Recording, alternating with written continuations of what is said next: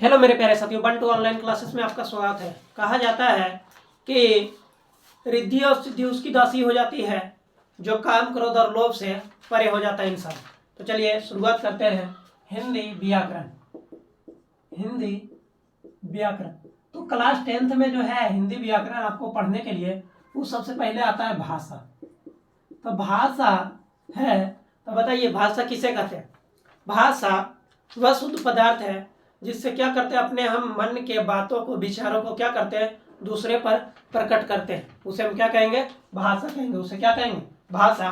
भाषा जो है हिंदी भाषा, हिंदी भाषा किस चीज में लिखा जाता है? देवनागरी में। क्या लिखा जाएगा?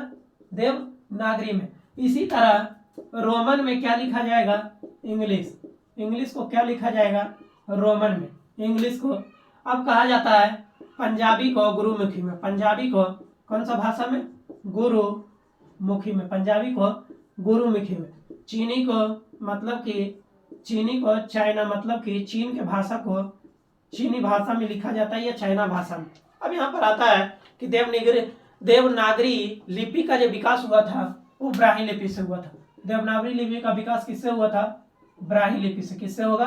ब्राह्मी लिपि से। किससे होगा? ब्राह्मी लिपि से। आइए, हमारा कहा जाता है ब्राह्मी लिपि सबसे प्राचीन लिपि है। ये क्या है? हमारा सबसे प्राचीन लिपि। ब्राह्मी लिपि क्या है? सबसे प्राचीन लिपि। अब कहा जाता है कि फारसी, फारसी एक ऐसा शब्द है, फारसी एक ऐसा लिपि है, एक ऐसा लिपि है जिसको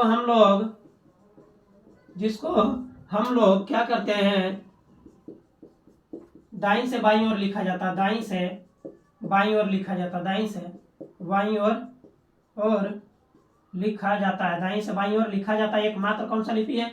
वो लिपि आपका फारसी। अब कहता है कि देवनागरी लिपि कैसा लिपि है? देवनागरी लिपि को अक्षरात्मक लिपि भी कहते हैं। अक्षरात्मक लिपि भी कहते हैं। कैसा कहेंगे? अक्षरात्मक लिपि भी कहेंगे। इसी तरह कहता है कि रोमन लिपि को वर्णात्मक लिपि कहते हैं। क्या कहेंगे? वर्णात्मक लिपि।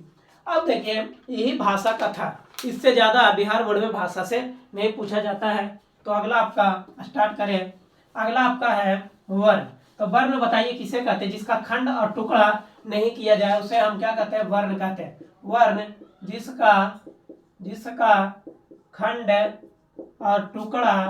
और टुकड़ा नहीं किया जा सकता है, नहीं किया जा सकता है, उसे क्या कहते हैं? जिसका खंड और टुकड़ा नहीं किया जा सकता उसे हम क्या कहेंगे? वर्ण कहेंगे। जिसका खंड और टुकड़ा नहीं किया जा सकता उसे हम वर्ण कहते हैं। वर्ण उस मूलध्वनि को कहते हैं जिसका खंड और टुकड़ा नहीं किया जा सकता। तो वर्ण को देखिए कहा जाता है KTM 2। तो देखिए इसमें क ख ग घ, क ख ग घ और च छ ज झ और य, ट ठ ड ढ और न। इसमें लिखिएगा त थ द ध और न। इसमें लिखिएगा प फ ब भ और म। देखिए क से कंठ, क से क्या होता है? कंठ। तो कंठ बोला जाता है, क ख ग घ किससे बोला जाता है? कंठ से। किससे?